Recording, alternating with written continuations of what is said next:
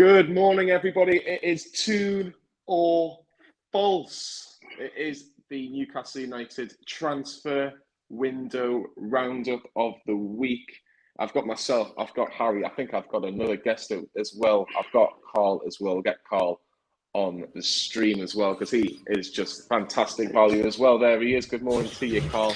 Sorry I'm late, boys. No, it's fine. Bang in the middle. We've got the knowledge of some fantastic brains in regards to Newcastle United. But it is Toon or False. We're going to get straight into it with all the latest in transfers. Just before we start, I've got a couple of some sad news actually, like was mentioned last night. Harry might be a bit more familiar than Carl on this. Albert Matthewson, who was a stalwart caller on Total Sports on BBC Radio Newcastle. He was, I always remember the time when Steve Bruce came on last year, and you're only allowed one question really, because obviously so many people wanted questions, but because it was Albert, he got three. He managed to talk about Joe Linton. I remember that because I wanted to talk about Joe Linton, and there was another two questions as well. So a member of the Newcastle family that has left us, so we're obviously really, really sad news and condolences to his family at this sad time, and condolences to maybe the BBC Radio Newcastle team as well. So our thoughts are with everybody concerned. And believe it or not, 5 years ago, Sheikh Tiote passed away, God rest his soul. Didn't forget that Arsenal goal, 4-4, best game I've ever been to in my life, and we drew the game. We didn't even win. That tells you how good that game was. But yeah, big thoughts are with Albert and obviously Sheikh Tiote's family this difficult time. Hugo Ekitike. Right. Harry. How excited are you about this man right here? The man who seems to be on his way to Tyneside, the 19-year-old, according to RMC, the player has agreed to join Newcastle United. Now, the actual fee itself, Harry, some reporters are saying different things. Fabrizio Romano saying it's 30 million euros with 5 million euros add-ons, while RMC are saying that the clubs have agreed a fee for 36 million euros with a 10 million euro bonus depending on potential targets as well. So in terms of the fee, it's slightly different, but it's still very, very exciting, isn't it? Yeah, it's absolutely thrilling. I think a lot of us were thinking, we need a striker. We need a consistent striker who's going to stay fit. And we all know we're after Ekitike in the January window. It's been rumoured for quite a long time. And it seems to have just come quite quickly out of nowhere. But he's obviously a highly rated target. He's been chased by Dortmund and PSG, apparently. It's absolutely thrilling. I've seen some stats going around that he's contributed to the second most direct goals in Ligue 1, second to Mbappe. It's I'm really thrilled to hear about it. It's buzzing. A £30 million signing just like that through the door. It's obviously it's not happened yet. Fingers crossed it does. But no, it's really exciting. Yeah, really, really exciting. Carl, 24 games, 10 goals, 3 assists. He even got an assist for France last night. Obviously, the younger age group of France, not the main team. But where will he play? That's what Andy's saying. Where will Hugo Ekitike play? Yeah, it's an interesting question because I don't know the answer myself. I think, does Eddie Howe not obviously sit him on the bench entirely, but try to bed him in like he did Bruno Guimaraes? Does he look at playing him out wide? And I profess I don't know a lot about Ekitike other than looking at the stats and having a look at what he's done through YouTube highlights and that sort of thing. I've never really watched him play a full game. So honestly, I don't know because he's obviously got a lot of pace about him as well. So I'm not sure if he's someone that you would play in a direct two with Callum Wilson. I don't know. I'm really intrigued to see what Eddie Howe's kind of mindset would be in terms of what approach he wants him to take, because we've got Joe. I'm just thinking about it. Are we quite light in terms of good enough wingers that we have at the moment, bar Maximin, in terms of out and out wingers? So Thierry Henry also played in that position when he was very young before he actually transitioned into the maestro that he was. So he could play out wide, but I'm very interested myself. I don't know, in all honesty. Looking forward to finding out though, for sure. Oh yeah, 100%. I'm fully on board with that. Harry, where do you think he'll play? Do you think he'll take Callum Wilson's position, or do you think he might get dragged out wide to start and then see how difficult the Premier League is? Because he is so young, but he's so raw. He might just want to go and play up front straight away and just really go for it, pedal to the metal and all that. Yeah, to be fair, I do see him, Eddie Howe, taking it slow to introduce him. Having looked at him briefly, I think he plays on the left or through the middle. So that he'd obviously have to displace ASM or Wilson, which I don't see him doing immediately unless one of them's injured. So I think they'll take it slow and wait for injuries or loss of form, and potentially out wide to start with, because it's just much harder to make an impact through the middle, I think. In terms of the fee, Carl, are you concerned about how much we're paying for him, or do you feel that's actually probably the right price for this sort of player? I mean, what does 36 million euros transition to? Around 28 million, something like that, roughly, pounds? Yeah, around about the 30 million mark, yeah. That's not bad. I mean, in this day and age, obviously, back in the day, 28 million pound on a 19-year-old and a punt at that is would be considered a lot of money. But I think in relative context of the world right now, I don't think that's a lot of money. I'm actually surprised it's not more if that does end up being the fee, because I read somewhere that it was something like, because people are talking about, oh, we're not going to be paying out high fees because of FFP, etc. I think we are going to continue with the kind of, well, Mike Ashley was renowned for paying up front for players. I think that we're going to revert back to what everyone else does and paying installments. So what I read was that potentially we're going to be paying 10 million euros up front, and then the rest will obviously add up to around 36 million, which for me is just could really be unbelievable value for money. Yeah, I think it really could. And the thing is, he's 19 as well, Carl. He's 19 years old. You could potentially get 10, 12 years out of this player if everything goes according to plan at Newcastle. That's just a big thing in itself. And you talk about according to plan, according to everyone else, he's the next Mbappe. So, if he does end up being just a smidgen of that, we're gonna make a profit off him either way. From what you've seen, Harry, and I don't know if you have seen a lot of this player, can he be the next Mbappe? If I'm being brutally honest, I haven't seen any of him. So, but cheers, mate. Thanks for that. But from what you hear, obviously you hope highly and you hope he is. But I think Mbappe was probably going for 5 times what he's going for at his age, or near in a year or two. But you do just, I don't know, it just fills you with excitement. Really, that's all I can say. It really, really does. Again, get your comments in. Do you think Hugo Ekitike is the answer to Newcastle's striking options? Because we have got Callum Wilson, we have got Chris Wood, and it does seem that both of them are going to be at Newcastle next season, which I have no issues really about. I think we need more competition for places, which is going to help Callum Wilson. We know picks up injuries, unfortunately. Chris Wood does keep himself fit and can add the odd goal as well. So get your thoughts into that as well. I've also got something from Mark. Says, more lads, do you think Leon will let Paquetá go if Lacazette goes from Arsenal to Lyon? We will mention Lucas Paquetá very, very shortly as well. Just before we go on to the next player on Toon or False, our memberships are just 99 pence, so make sure you press underneath to become a member. You get more videos from Newcastle Fans TV. We've dropped the price because we want to get as many people as possible on board with the membership, giving you more value for money. And, we just want to hear a lot more different opinions on Newcastle United. You get a lot more stuff for a lot less price. You can't argue with that, can you? You can't. Absolutely. Right, who's next? Who's next on Toon or False? It is, of course, this guy right here, Sven Botman. Right, been a bit of an interesting week in regards to Sven Botman, Carl. According to Rudy Galletti, he has 2 proposals. AC Milan would be offering him €3 million a year, but potentially €5 million a year at Newcastle. Now, I've had a conversation with a lot of my friends who are different. I've got a friend who's an Everton fan, I've got a Juventus fan as a friend, and I've also got a Rangers fan. And we were all arguing, going, well, he should go to AC Milan, much bigger club, Champions League football.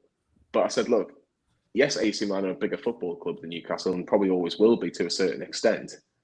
But in terms of the general overall picture, surely Newcastle's the best option for him because he's guaranteed football, he's playing in a better league, and he has the potential to play Champions League and getting paid more for it in the future.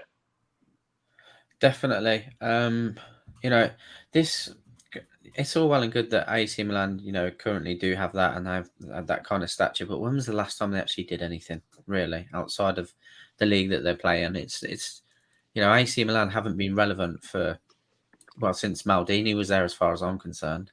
So it was a long. They're a very similar club to us in terms of huge stature, but us more so than them. Of course, we've not lived up to the potential that we've had due to the ownership that we've had. But AC Milan haven't done anything for a very, very long time. As far as I'm concerned, they're a huge, huge club in Serie A, and they do have European prowess, but they're not. I wouldn't class them as successful anymore. Certainly not in the last decade. So I think there's absolutely far more potential for Sven Botman to become successful in what's potentially the largest project in football at the moment with the most financial backing. For me, it would be a no-brainer. But I think there's a potential that he could be blindsided by the stature of AC Milan. But I think it would be a bad decision if he went there personally. I think he'd become forgotten about. I think that's a really good point, actually, because he could be forgotten about at AC Milan. At Newcastle, he would be the main man in terms of the centre-half position. I know Dan Burns done a fantastic job since he's walked through the door at Newcastle.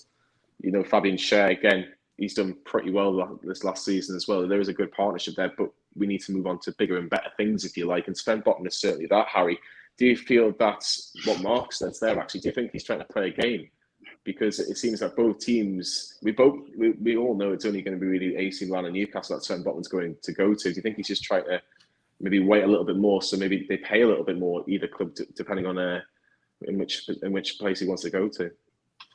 I think possibly. I think that's seen a lot these days. That play the clubs against each other, and it could potentially attract other interest, or it just drags it out and makes one of the clubs stump up more money. But to be fair, you'd have to ask Sven Botman to find that out, wouldn't you, or his agent? But just fingers crossed we get him. To be fair, I think it'd be a great sign, and I think, as Carl said, he'd be overshadowed in AC Milan. He'd just be another player, and you look at the history of centre halves, he'd have to do something really special to make a legacy over the likes of Maldini, etc. So I think with a footballing brain, and obviously it's biased, but Newcastle is surely an option for him, or a credible option at that. It's funny you should mention Maldini. He seems to be a huge fan, called Daniele Longo, who's a journalist as well. Maldini's a huge fan of Sven Botman. They're trying to compare him to Jaap Stam, which is massive shoes, let's be honest. Jaap Stam would probably argue the best centre-half at Manchester United have had in Premier League history. Some will argue that. I know Rio Ferdinand, Vidic, etc. But some people will argue Jaap Stam was one of the best, if not the best.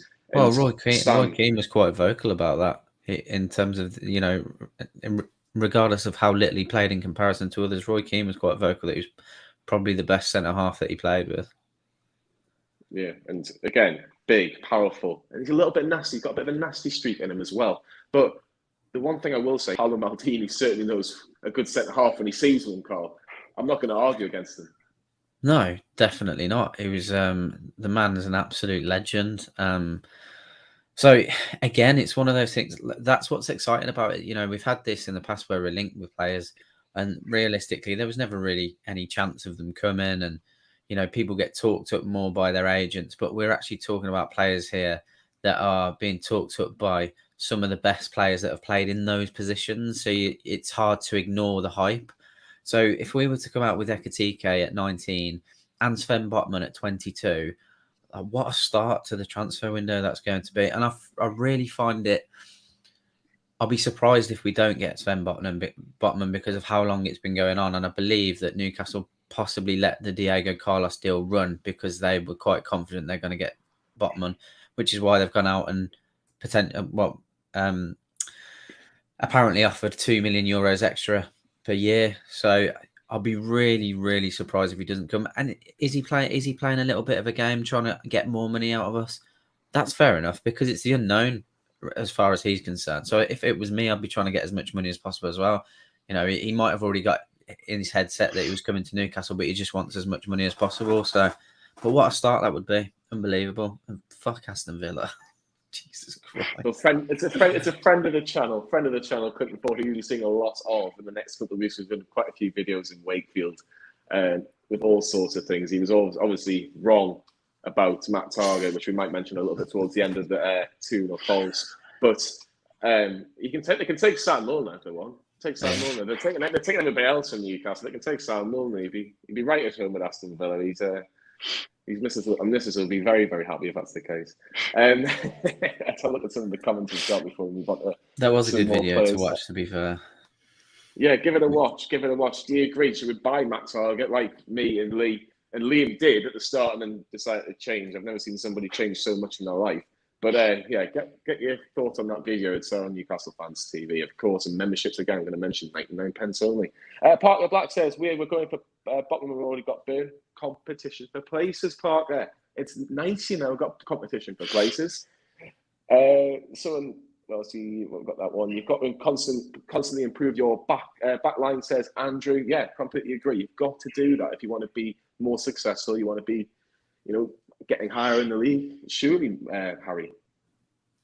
Yeah, exactly. You do have to. You've got to keep growing, keep improving. Otherwise, players, there's no ambition there. It becomes stagnant, and you just drop off eventually, don't you? You need to keep striving for better. That's what I love about what Newcastle are becoming now. Yes, definitely. Carl Byrne can also play left back, so that could help potentially, because you'd probably see Botman play on that left hand side of the two. But it's good that we have a couple of versatile players. Yeah, definitely. I know he's obviously not blessed with the mass amounts of pace, but he can play there, so it would be an option. I'd just like to think that we get that position shored up before we get into next season. But I think, again, people forget Sven Botman, he's 22.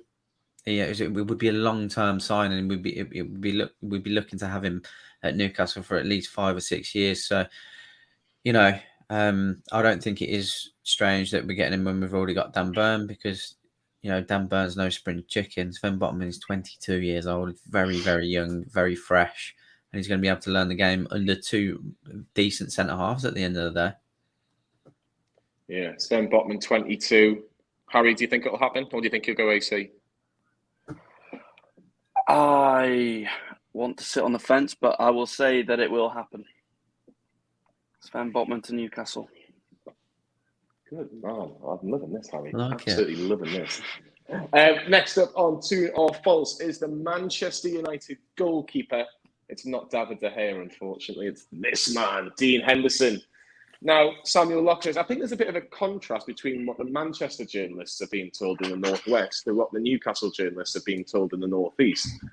Dean Henderson is not shying away, really. I think he's telling everybody, or the club are letting journalists know, Carl, that he wants to go. He wants to get a deal done early, and he wants to be at Newcastle United. Now, there was a few things last week, in particular the MEN, who said almost a done deal, pretty much. We're fully expected to happen. It's dragged on a little bit. Again, it is still very, very early on in this transfer window, but it seems that it's accelerating in Manchester, but not quite in Newcastle. Who do you believe, really? I think, although it's not as prominent in Newcastle, it's still been lingering for a very long time, as you say. And again, I'll be very surprised if there's no truth to it. So I'm just reading Ginger's comment. It's again. I should have changed this one. Easy to read. Yeah. I do believe there's truth in it. I do. I think obviously the Manchester press are a lot closer to what's going on. So just because it's not coming out in Newcastle doesn't necessarily it's not mean it's not true. Because I do think that we tend to get carried away and think that unless Keith Downey and Pete Graves and Craig Hope are talking about it, then there's no truth to it. Which is entirely untrue, because we've signed players and not had any sort of clue about them previously, which can be good. But I'd take Dean Henderson. I would. I think Dubravka has been an excellent goalkeeper for us. I think we need to have a better goalkeeper. I think Dean Henderson is that. I think potentially. I think for me, I think his distribution's better, and I think I do think he's a better shot stopper. But again, he's not played enough football for me to turn around and say I want him over Dubravka. If we don't sign Dean Henderson, I'm not going to lose sleep over it. And if we do sign him, I'll be very interested to see what we're going to do. Obviously, I imagine Carl Darlow will be shipped out, but what that means for Dubravka, because I don't imagine that he's going to be a number 2. We had that conversation when it come down to him and Carl Darlow. So it's one of those where, I'm obviously interested to see what happens, but if it does or it doesn't happen, it's one of them. I'm not too fussed about it. But again, he's 25 years old. It looks like we're trying to invest in a bit of youthfulness when we're looking at these transfers, which is interesting. So it looks like potentially some of these that we're looking to bring in are long-term squad members, essentially. Harry, Samuel Lockhurst, who I've mentioned, is reporting a lot on this story. He's saying that loan and permanent are being discussed in regards to this deal. What would you prefer? Because it seems that Manchester United are already looking for that second choice goalkeeper. They've got David De Gea, they've got Tom Heaton as that third choice experienced goalkeeper. They're looking at Carl Darlow, apparently, if you believe in what they say in the newspapers, and also Daniel Bachmann from Watford. So, do you think it would make sense probably to go for a loan now rather than a permanent, just to see what he's like at Newcastle for a season? He's only going to miss 2 games, which is against Manchester United. I'm sure Dubravka can do a good job for those 2 games a season. I mean, yeah, I don't think a loan would be a bad option at all. I don't think he's obviously not quite proven yet. He hasn't had enough experience at the Premier League level for me. He had that season at Sheffield United. He's been in and out of the Manchester United team. But I'm not convinced he's better than Dubravka. His distribution is, I think, but I'm not convinced he's a better shot stopper. I think they're probably on a similar level. So a loan would be perfect to just see how he fares and see how he compares to Dubravka, really. But however, if they were willing to swap for Carl Darlow, and as long as it's not an astronomical fee on top, I would probably consider that, just to have Dubravka and Henderson competing properly, and then he's there for the future, and he probably Dubravka's successor if they battle over the next season or 2, and then Dean Henderson takes over. Then you're losing Carl Darlow, because Carl Darlow, for me, is never going to be Newcastle's number 1 again. Let's be honest. So if you lose Darlow for Henderson, you're getting something for the future as well as selling Darlow to a willing buyer. I think that's a good point, actually, Carl. If Darlow goes, even if Darlow went on loan to Manchester United and Dean Henderson went on loan to Newcastle, that would probably make sense in the long run. Yeah, definitely. I think we'll. I love Carl Darlow. He's been an absolute professional for Newcastle United. He's been excellent when he's had to come in. He's not complained about anything. But I think, it would be difficult not to say that Dean Henderson's the better goalkeeper. So I think we come out on top in that deal. It would make sense. Definitely, it'd be very interesting to. The only thing I would say about that is Dean Henderson going to be? Because if we're looking to loan him, is Dean Henderson going to be happy with sitting on the bench, or is he coming with a view to being number 1? It would be interesting to see what the actual dynamic would be. Because, as we say, Dean Henderson is a better goalkeeper than Carl Darlow. And arguably would be pushing for the number 1 jersey. So it would be interesting, mate. It would be interesting. But I think we come out on top in that business. Yeah, I do think we get the better end of the deal, 100%. Last question, Harry, on Dean Henderson before we move on to Lucas Paquetá. Is his lack of game time a worry for you because he hasn't played a lot of football in the last 12 months? A little bit, and it would especially worry me if we sign him towards the end of pre-season, towards the end of the window, because then he's straight into the firing line if he were to take that number 1 jersey. It is worrying because he's only played cup competitions, really limited experience, but he has had a full season of Premier League football before with Sheffield United. He did fill in for David De Gea for a while, so it's never useful. You see it all the time with players out in the court, but goalkeepers are that little bit different because they're not as active as an outfield player. So I think you could get away with it, but obviously it'd be more ideal to have a full pre-season with him. Well, it'd be really, really interesting because if he can get game time, it's good competition, and Dubravka isn't guaranteed number 1 if that's the case. But again, don't write off Martin Dubravka at your peril. Right. Toon or false, Carl? Lucas Paquetá. 58 million pounds is being quoted. The Chronicle have even reported on this that Eddie Howe is a fan, but understands that the price and the fee is a lot. It is a lot of money. The Times are quoting saying £50 million. It would take Newcastle to break their transfer record to bring in this guy, Lucas Paquetá. Now, everyone probably seen he's best mates with Bruno. He loves the key side, don't we all? And everyone was thinking, right, put 2 and 2 together and make 26. I think there is obviously some legs in this. You know, we have spoken to Oli Bernard. He said that, you know, they're obviously going to be talking because Bruno's done so well there and they obviously are good friends. Do you think Newcastle should be spending that amount of money on a central midfielder, or because of the quality of Lucas Paquetá, they should do that anyway? Yes to both of them, mate. Both of those questions, because he's an excellent midfielder, and if he can translate over to the Premier League, just marginal amount of what Bruno, his friend in Bruno, has done, then what a partnership we've got in the middle of the park. And Joe Linton's already come on leaps and bounds. You imagine the 3 of them all firing on all cylinders. What a dynamic midfield that would be. You've got strength, you've got defensive ability, attacking ability.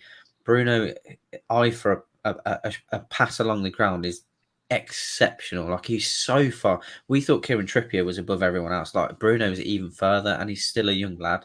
The kid is unbelievable. So to have his best friend and someone who's probably marginally has more ability than Bruno does right now, or has shown more ability than Bruno does right now, marginally, I say that, to have those 2 bouncing off each other, what could go wrong?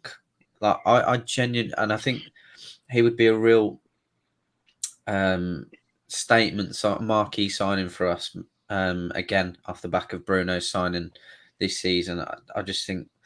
I think he should probably be, along with the striker, and obviously we're doing that in Ekitike, he should be number 1 signing for me, personally. He's an excellent footballer. Is it the number 1 position?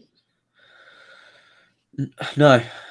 I think we're actually quite... I think centre midfield is probably the most depth we have, to be honest. So I wouldn't say it is the number 1 position, but I think just because of the ability that he brings, I think it kind of compensates for other positions, if that makes sense. You can push others out wide if you need to. Obviously, we don't want to do that. I think an out and out goal scorer to back up Callum Wilson, for me personally, is the number 1 position that we should be signing for. But someone of his caliber, if the opportunity is there, you can't say no, in my opinion, especially with the project that we're looking to build. I think he just fits in perfectly. I like that. Imagine Brazil's midfield at the World Cup being Joe Linton, Bruno, Paquetá. It's like when England won the World Cup. It's funny because England won the World Cup in 1966, and a lot of West Ham fans say, "Well, West Ham won the World Cup in 1966." That would be the Newcastle. That would be the Newcastle version of it, and the Brazil version, anyway. Andy Hogue says, "Go out and get Patrick Schick and Diaby." Might mention them next week if the rumours are still as strong. Keith says Paquetá is probably a late deal, but he would love to have. He'd love to have Paquetá in a Toon top. Yeah. Says Keith. Is Paquetá, in your eyes, Harry, the missing piece in the jigsaw in terms of our midfield? Because Bruno, we've seen what he can do. Joe Linton and Bruno are completely different players. And then you've got a Sean Longstaff who's completely different. You've then got John Joe Shelby, completely different. Joe Willock, completely different. Like, they're all very, very different midfielders. Do you think Paquetá can be that missing piece in the jigsaw? Yes, obviously. I mean, I haven't seen too much of him. I don't know too much about him, but by the sounds of it, he's going to operate in a kind of a number 10, maybe just a bit behind that. He's going to create things further up the pitch, whereas Bruno and John Shelby generally like to operate from deeper. So he's going to help create further up the pitch, which I think is one area we could be lacking at the moment, because we are creating a fair amount of chances, but I think Joe Linton's role is more of a defensive off the ball as opposed to creating chances, although I'm not criticising the lad, he's been brilliant. But I think Paquetá, yeah, as you say, would be the missing link in that midfield. I don't think he's a number one priority transfer, but in terms of the midfield, I think it is what we need, yeah. Abu, welcome to the membership. 99 pence. You get to see my face, Carl's face, Harry's face, Lee's, Sam's, everybody's Newcastle fans too for just 99 pence. Make sure you join him as well, because there's some fantastic content behind the scenes. You get to find out Greenwood and Milner guests as well. We have got a couple already being recorded, and we're not far off episode 100, which we have big, big plans for. You might see a former Newcastle player as episode 100. That's all you're getting. It's a lot of people asking, saying, you know, is it the player that we desperately need right now? Do you think, Carl, that this might go right down to the wire, and they might go, let's test the water a little bit and say, wait and see how the season starts for Lyon and Newcastle? If Newcastle start well, Lyon don't. Lyon might think, well, we could do with the money. French football it's on its knees a little bit in terms of the finance side of things. Yeah, I think I do. I think that would be more so on Leon's behalf than ours personally, just because I know you want to do business as well as possible. But do I think that Newcastle realistically think that £50 million is overpriced for what he offers? No, I don't. And again, let's not forget that we won't be paying that up front. It will be installments, so it won't actually have that much of an effect on FFP, because we don't know what sponsorship deals we have coming in. We don't know what commercial revenue is going to look over the next 3 years. These are all things that will factor into that. So, you know, I'm not too worried about that fee of 50-60 million pounds, because that is going to be over 3 to 5 years. Then you're looking at 10-15 million a season. Probably going to bring that in shirt sales alone from Bruno, Paquetá, Botman, for example, with these new signings. So it almost becomes irrelevant. And I think that's what they'll be looking at. I think, do Lyon think that if we have a really good start to the season, we can bump his price up? Or if it doesn't go as well as planned, like you said, yes, we need to ship him out. But I think Newcastle would rather get the deal done, you know, rather than wait around. And I think 50 to 60 million pound isn't, again, it sounds ridiculous, but in this day and age, it's nothing. It's a drop in the ocean, which is insane to say. You know, if you're going to the elite level to go and get someone like Pogba, what, £100 million or whatever, you know, it's crazy. So £50 million for me would be about where he's at. So yeah, I think if we're going to get him, it will be done quite early. Personally, I think if the later it goes on, there's probably less chance of it happening. I like Jason's comment, actually. To be fair, our midfield has dominated games since January. Defence is organised and solid. We need to finish chances up top, which we've mentioned before. Balance on the wings and another Wilson. Buy everyone. Why not? We've got the money, haven't we? We can do it. It should be interesting to see what happens with that. Before we end the video, just going to mention a couple of things on outgoings, because I feel like it's important. Obviously, we talk about ingoings all the time, outgoings. We kind of know the sort of players that are going to be available. But I'm going to go back to the Chronicle, because they mentioned the likes of Jamal Lascelles and Dwight Gill are on the radar of Nottingham Forest. Jeff Hendrick's been very, very honest this week, saying he knows that he's unlikely that he's going to be at Newcastle for much longer. I think we would agree definitely Gale and Hendrick should leave Newcastle for their own careers, essentially. But Harry, Jamal Lascelles, Toon or stay. I'm going to change it. I think his best move is to leave the club, unfortunately. I've loved what he's done over the years. I think he's been brilliant and he's been a great captain, but I think it's time for him to go, because especially if we bring in Botman, he's going to be sitting on the bench. But because if we sign Botman, that would realistically put ourselves onto fourth choice centre back, which I don't think he'd be happy with. I think he's what, 28, 29. He's approaching. He's not approaching the end of his career, but he's approaching the best years before the end of his career. So we want to make the most of it. And I think a move to Nottingham Forest would suit him really well, because obviously it's where he came to prominence, where we bought him from. So, and back in the Premier League, I think he's probably at that kind of level, low Premier League side, battling relegation, low mid-table. I think that would suit him really well, to be fair. And I think just unfortunately his time in Newcastle is coming to an end. It's the only issue with Jamal Lascelles in terms of him leaving the football club, Carl. If you want him to leave, I don't know whether you do or not, but if you do want him to leave, is his wages. He's on good wages. Forest, even though they've been promoted, aren't going to pay those sort of wages. No, of course not. It's something that they'll have to keep tabs on, because if they don't stay in the Premier League, then obviously there's a huge financial risk of them going straight back down. But I absolutely echo what Harry's saying in terms of, is it the best move for Jamal? Of course, but I don't want him to leave. I'd love to have him around the dressing room. He's, is he going to want that? Probably not. But those are the types of players that we do need, because they have so much passion and drive for the club, and especially to help these younger players, should we sign them, to understand what the club is about. But it probably is for him the best move, and I think Nottingham Forest, wages aside, is a great bet to put on, because it would be very romantic for him to go there and do well after doing so well for us as well. Imagine him and Carl Darlow going back to Nottingham Forest. That would be interesting. But yeah, I'd be really sad to see him go, to be honest. I know he's not had his best tenure under Steve Bruce, but prior to that, he was an excellent centre-half for us. So it would be a shame if he were to leave, but the best decision for him, probably. Yeah, definitely. Sam, welcome to the club as well. If you want to join Sam, become a YouTube member. It's just 99 pence. That's all. 99 pence. You won't even miss it. It's not even a cup of coffee, a cup of tea. And you get to see more Newcastle content. Last few comments for we wrap things up. I've seen something about Maxwell Corner, who scored for Burnley against Newcastle at the end of the season. I do like him. I do think he's a good player. I actually thought he was Burnley's best player when they played Newcastle at St James's Park, but he got injured. Unfortunately, he seems a real handful. So potentially something to look at, I suppose. Dwight McNeil, solid player, could be good cover.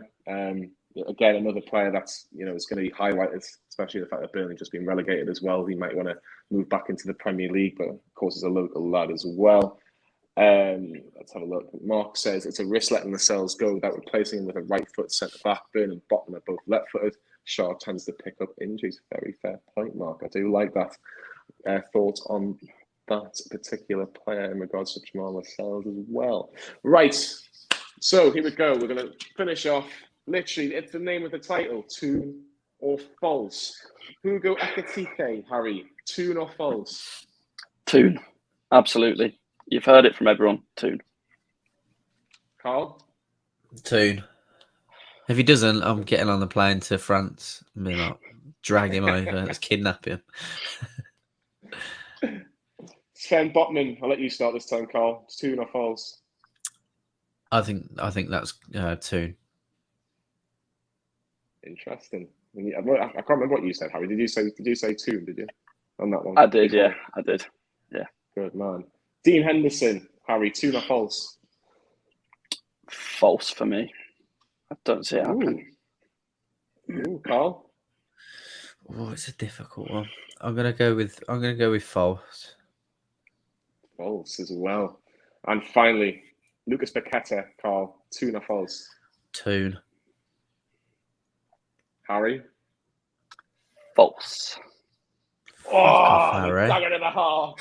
Oh, you've hurt me. Tony, welcome to the club as well. You become a YouTube member as well. 99 pence. So according to, let's have a look. According to Carl and Harry, they definitely think Sven Botman will be Toon. 100%. Yeah. They think this guy is definitely Toon. Hugo Ekitike, the man that seems to be on everybody's lips at the minute. They definitely see him swapping that lovely shirt for a black and white one, though. The black and white one's even better. Dean Henderson is false, not going to happen, according to the lads. And then when they're mixed on this man, Lucas Paquetá, Carl says Toon because he just loves transfer windows and loves seeing Newcastle pay a lot of money for a lot of good players. Where Harry shops at Aldi, which is a fantastic store as well. Yeah, I was going to say, to be fair, I do shop at Aldi. That's my go-to.